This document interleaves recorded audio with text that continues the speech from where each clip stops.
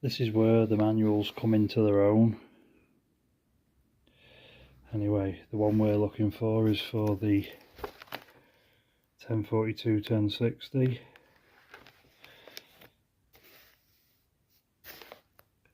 All the brake procedure and what we've done. Anyway, adjustment of multi-disc brake unit. When the travel of the brake pedal exceeds 3 inches, adjustment is required. Screw up the adjusting nut until the brake pedal free movement is reduced to approximately 1.5 inch.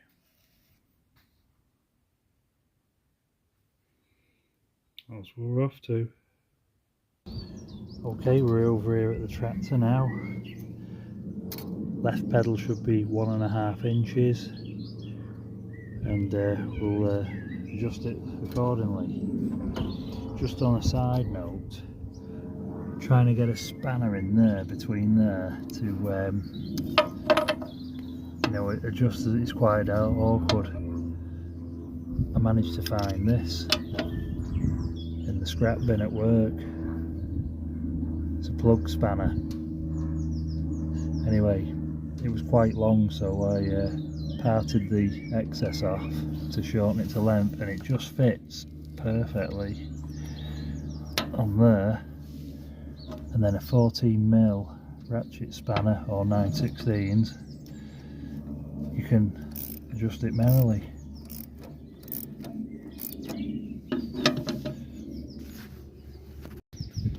Okay, going off the edge here, we're getting 1.5 inches there, like the book says. So the left side's adjusted, and we'll adjust the right side to suit. It's got a suit for the fold over latch, which is stuck actually. I've never used that. I have to free that off. Anyway, we'll get on with that.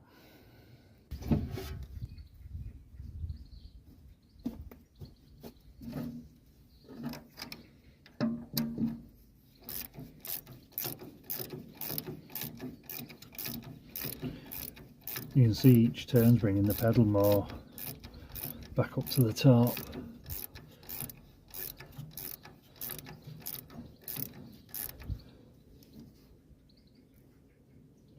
Close, another turn.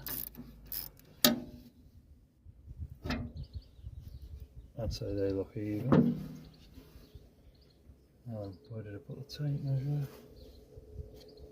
Oh, very professional. There.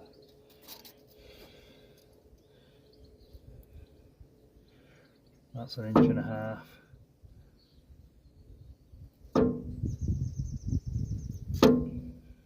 Going from the top edge. That'll do, near enough. We'll give it a run round and then nip them up again if we have to.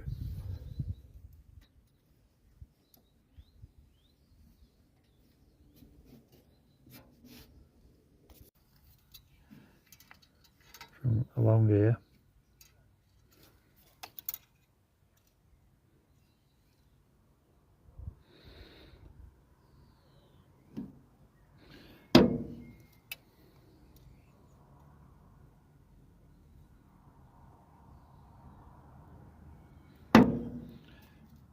Good enough for a starting point.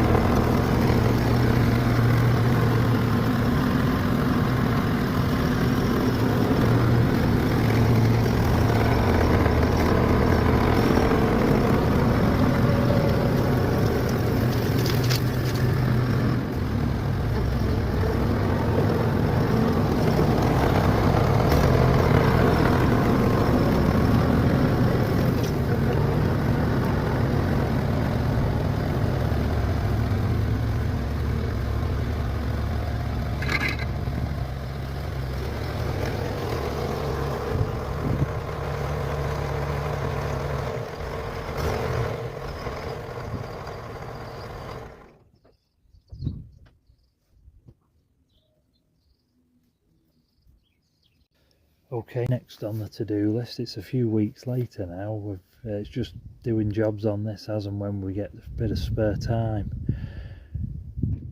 This is the selector lever, puts the pump in drive, the PTO, or puts it all into neutral.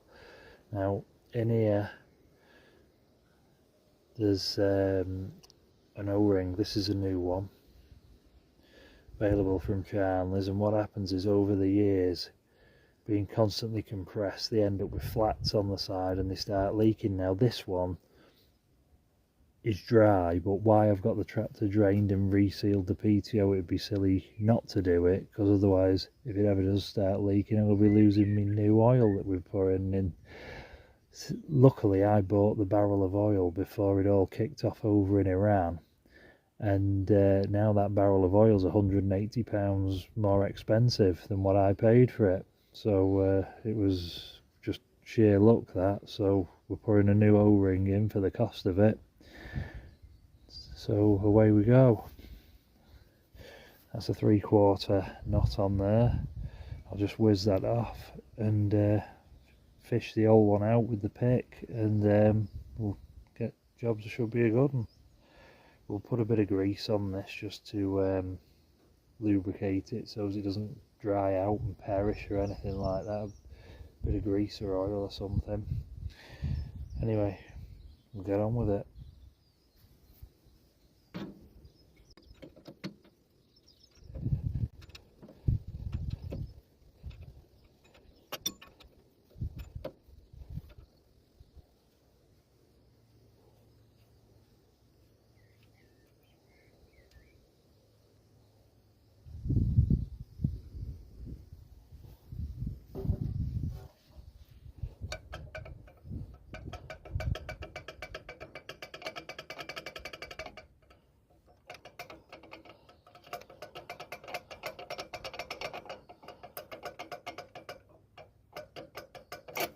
Okay, we've got it.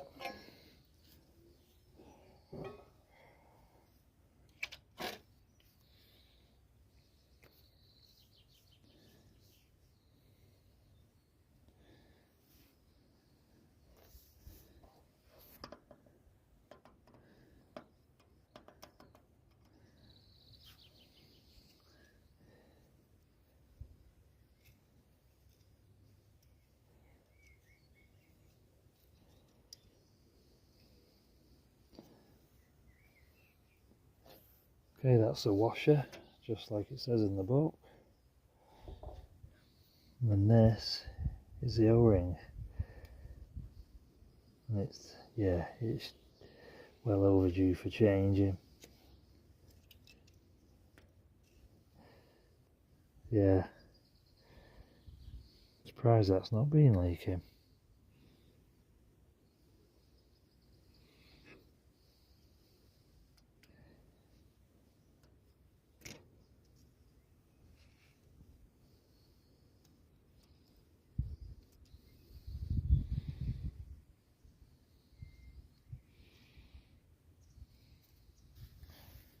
Anyway, I'll pick this out and save you the trouble of watching. Okay, we've picked it all out, the old rubber seal. Now what you've got to be careful of is, now there's nothing on this end, you can... Oh no, I was just a bit hesitant about whether you could push it in and lose it, but no, it seems to be engaged. So we're just going to give it a quick go with the wire wheel just to clean it all up, ready to slide the new one on. It won't rip it contaminated or anything. Does help if you tighten the truck.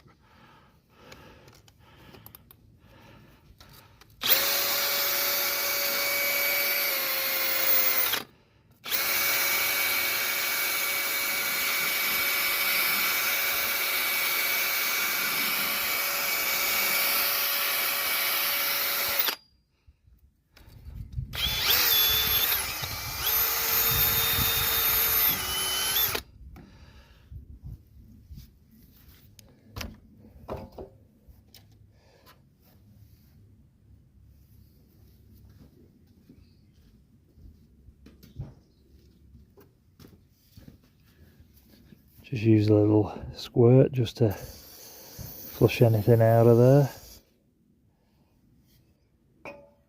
Then we'll put a bit of oil on the O-ring just so as it's not running dry.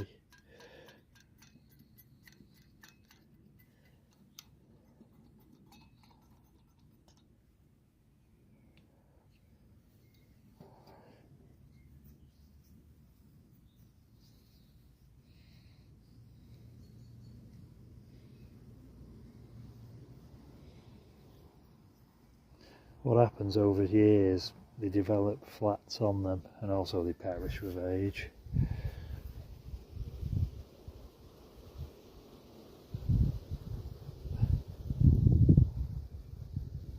I mean, that's going to take a bit of persuading to fit in there, but that's what makes a seal. Anyway, I'll bring you back when we've finished wrestling that in there. Okay, we've got it in. It's quite difficult. It's a good tight fit. End up getting a socket over the shaft, a long reach socket, and just gently tapping it in. But it is a good snug fit. So anyway, that's that little job done. Hopefully that shouldn't leak, and we can put the lever back on. And then we should be ready to fill it back up with oil then. Okay, now as we've got that little job done,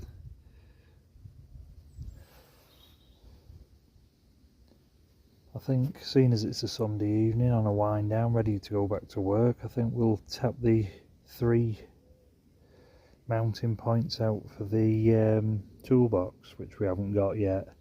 If we tap the holes out ready, clean the bolts up, as soon as we get a toolbox, it'll be a lot easier job just to fit it.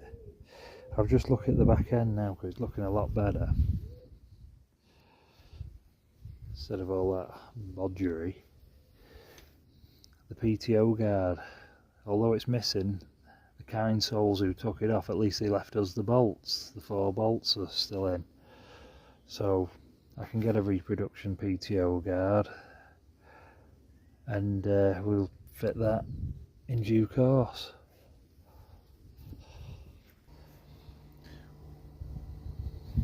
Well, the light's not too brilliant. Anyway,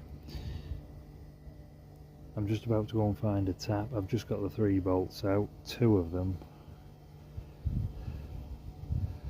not in the best shape. The head's mauled on that one, and the threads are worn away at the beginning there, so out of 3 we've got 1 decent one. And like everything else on this, it's UNF or UNC, so we'll go and find a tap. Okay, I'm guessing UNF.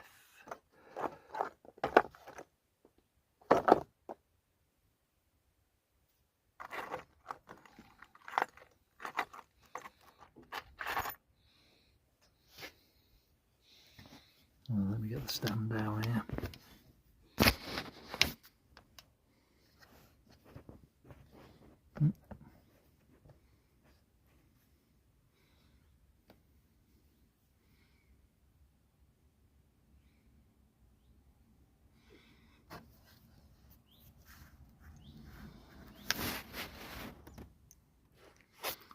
Come on, focus.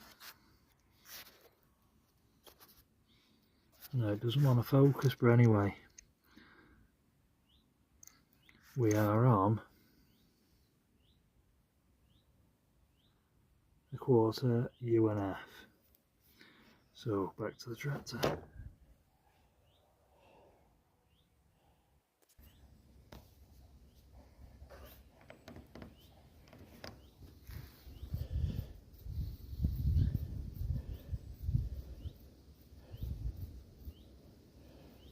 So if anyone's messing with a Nuffield,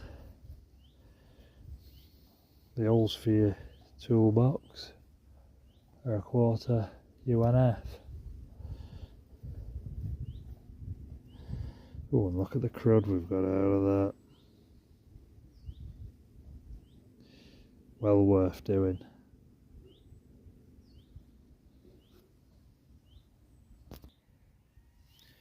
Just on a side note, I've tapped this one, that's a blind hole, it means it bottoms out.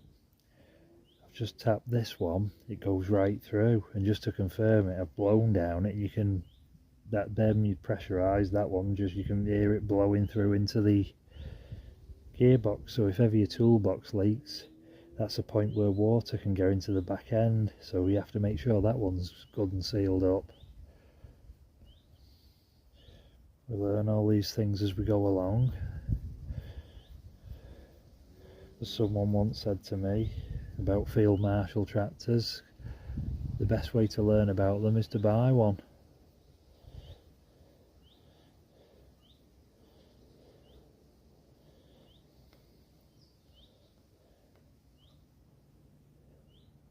Okay, another day, another little job on the Nuffield. We're just underneath and we're just putting the bungs back in, and there's the bull gears in the differential. Bit of something there, get rid of that.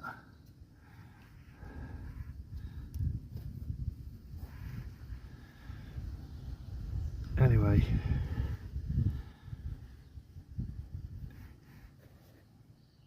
it's been left for probably about 3 or 4 weeks now, so there's absolutely nothing in that now. I've jacked it up in different positions to make sure it's completely drained. So we'll put the new oil in.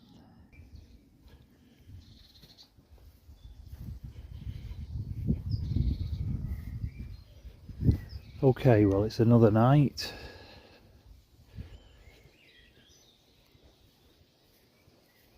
It's the 13th of May. Everything's coming back green again.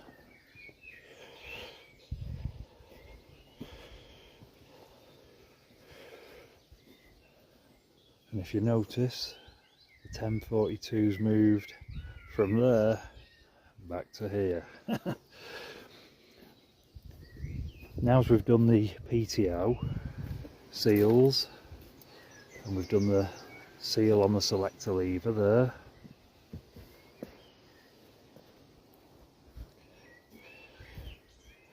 we've filled it with new oil. I'm glad I bought the barrel of oil before Mr. Trump invaded Iran, because the barrel of oil's now about £189 more expensive. I can confirm, and this is like, it's now Wednesday evening, we run it on Sunday, and we tried it all. It's bone dry, everything's dry, so the speedy sleeve repairs worked. Everything's bone dry. The selector lever there is bone dry, everything's bone dry, so it's oil tight again, which is nice. The new tipper connector, must have nipped it up with a spanner, but anyway, that's all dry. This is all working again, works on the valve there, so that's a good job. I quite like the fact that it's got the pickup hitch, because all the other tractors have got the towing jar. What's that?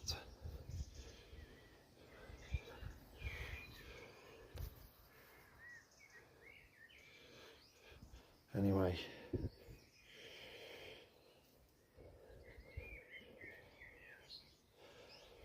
we fired it up. The battery was flat because it's not run for a while, so we jump started it using the little top dom booster pack. Hiya Puss, what are you doing? Anyway, this tractor, even when I unloaded it off the lorry that delivered it, I noticed it had a bit of a chuff to it, and I thought perhaps that's a valve gone, you know. But anyway, it was only when we jump started it, it needs new battery leads. These are in a mess, you know, all this is loose. You have to fiddle about with this to make it contact and go, but that's an easy job, that. Anyway, it was when we got it going and the bonnet was up, I noticed that it was a little bit wet behind number 3 injector, which you can see here. Anyway, it was chuffing from there, and when I just put my finger on like that, the chuffing went a lot less and it run a lot sweeter. So hopefully it's not a valve gone, it's just a case of take the injector out and replace a copper washer. And if it's that simple, I'll be quite happy. It saves taking the cylinder head off and disturbing it all. So from the back, the lift's sorted, the brakes are sorted, the gear oil's all new. It's that clean, you've a job to see it now.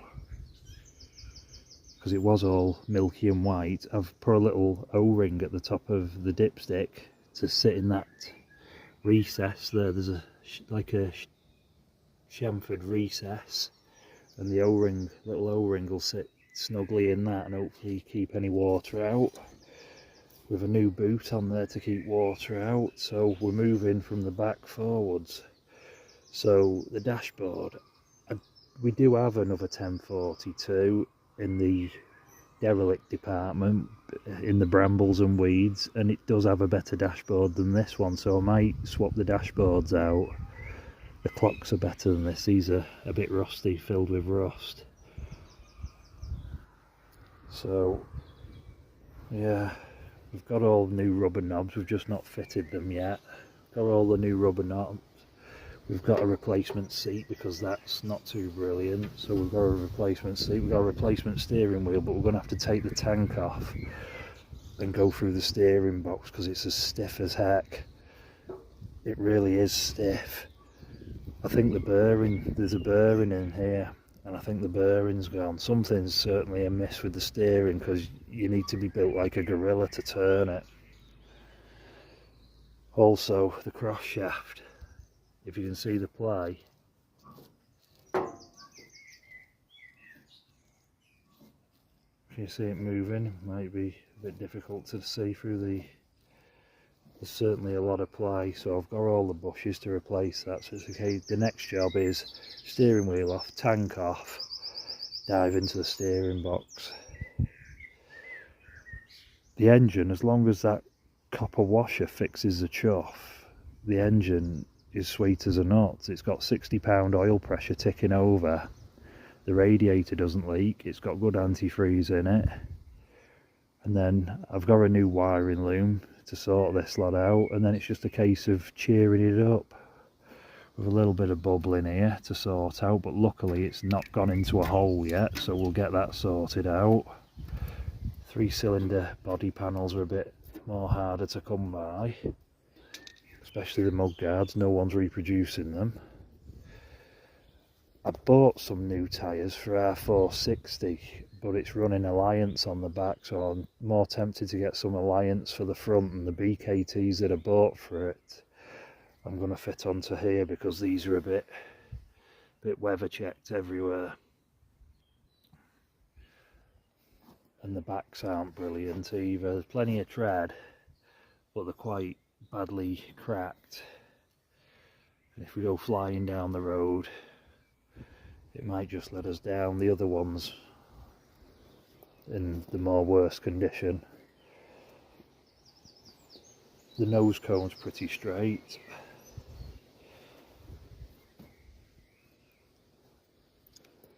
The lever was snapped off the drain tap, so I spun one up on the lathe with a little taper on it so it looks identical to an original, and threaded it. The rest of it's pretty straight, it's all there. It's just a case of getting this Derby brush paint off it and cheering it up. The brakes work good on it as well. You might have seen in a previous clip, I'm just making these clips on the hop as I'm going along and then glue them all together to make you all a video up. I adjusted the brakes on the 1060 and they're working well now.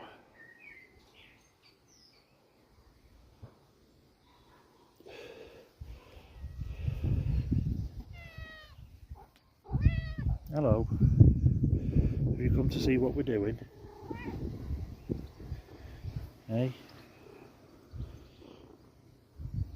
You're supposed to be a wildcat, not a baby. .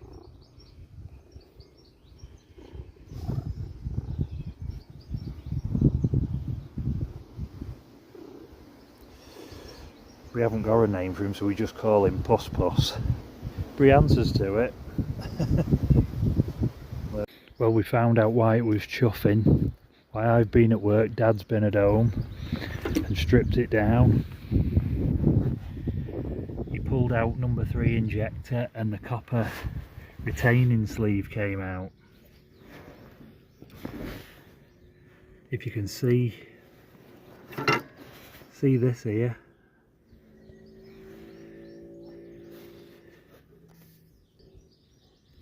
that's a copper injector sleeve. The one in number 3 came out, and that let all the coolant go down the bore, so now it's full of coolant, so we've got to get that out. I've ordered a new copper injector sleeve. You can see it's in the air intake, it's got everywhere, but someone had bodged this up. All this black gunk here is sealant, where someone's tried to seal it in the past. So apparently you need special tools to fit them, so we're going to have to improvise because the service tools are no longer available. Anyway, that's where we're up to. Famous last words, just a copper washer.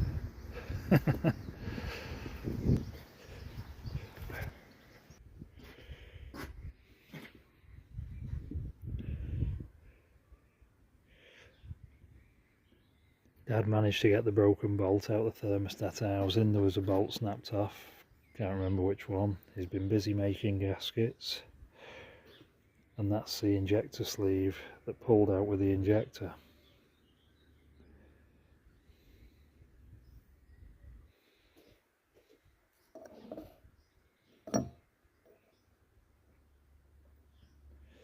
It's an old idea, but that's what they used. You're supposed to have special swaging tools when you knock it in with a drift. A special expanding tool expands the outer diameter to seal it. So we're going to have to improvise because the service tools are no longer available.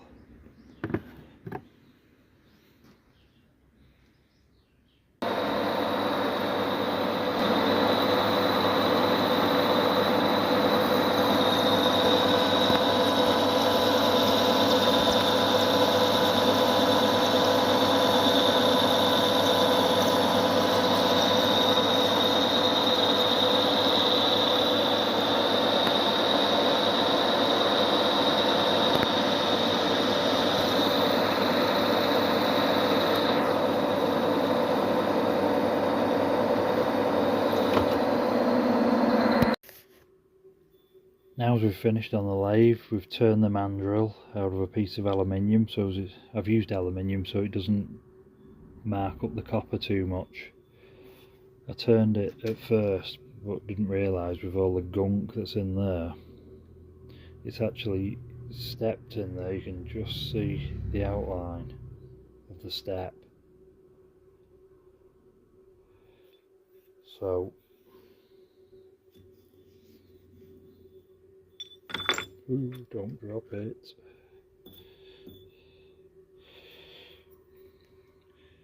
We put a little dimple there just to help keep everything in line, and we don't want it too tight to a fit because this has got to crush in.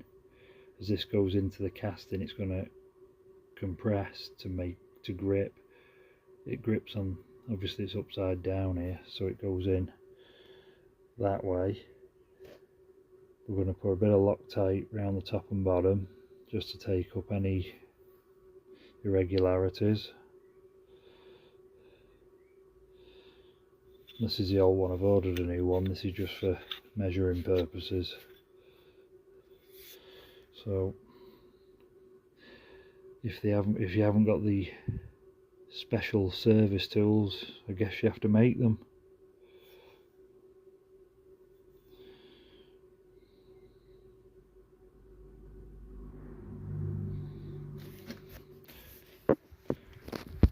Well, that's why the steering's a bit stiff here. Go on, show them.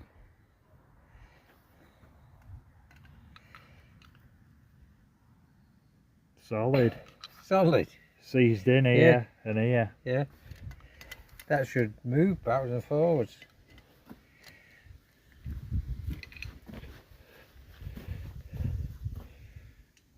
It's obviously had water in it, hasn't it? Oh, yeah. Here's the shaft. Oh, look, it's just water. Rust. Oh, she'd be like a new one.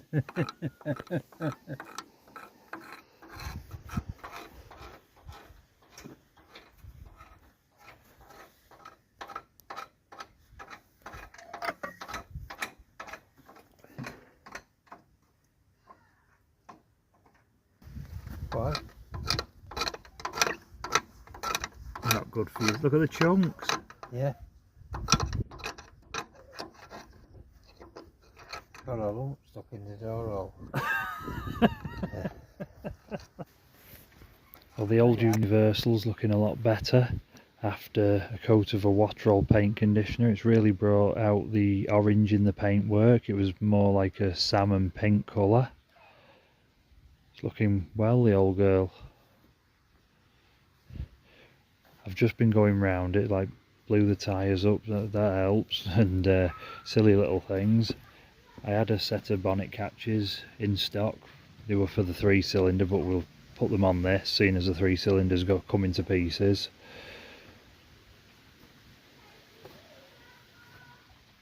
I found that horn to replace the car horn, but I'm still not happy with that one, so I've found another one, but it's at work. It's more suitable to the shabby chic look, should we say. And then I've just been going round. The previous owner had put all Allen bolts in place of the Phillips heads. Now these did have Phillips heads when they were new. It had a stainless bolt in here. We put a proper clevis pin in for a new steering wheel on because they're not expensive. Chrome nut, new gear knob. Sorted all the lights out. Haven't had to buy anything, just tidying the wiring up and had to solder a few connections on. I had to make the plough light was all loose, it was all the nut rusted on, and the previous owner probably couldn't get it undone.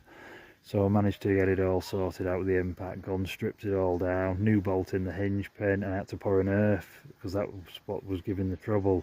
So I had to run a separate earth here. So now it's all in place proper. Number plate goes down for when you're off up the road, up for when you're ploughing. The back end's all straight and tidy.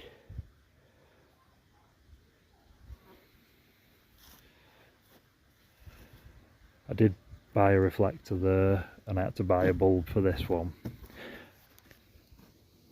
Just,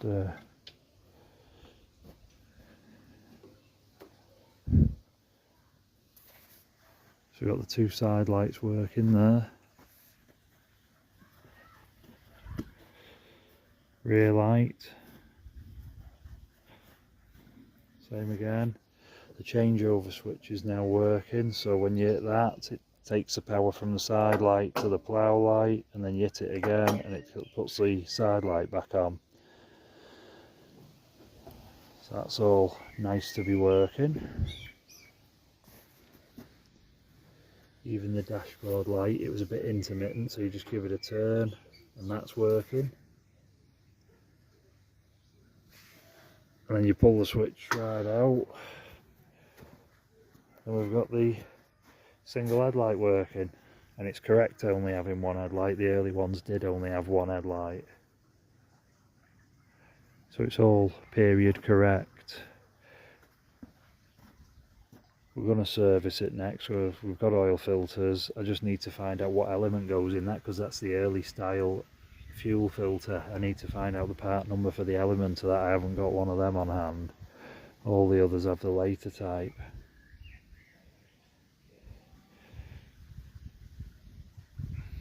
It's looking a lot better, just doing little jobs tidying it up.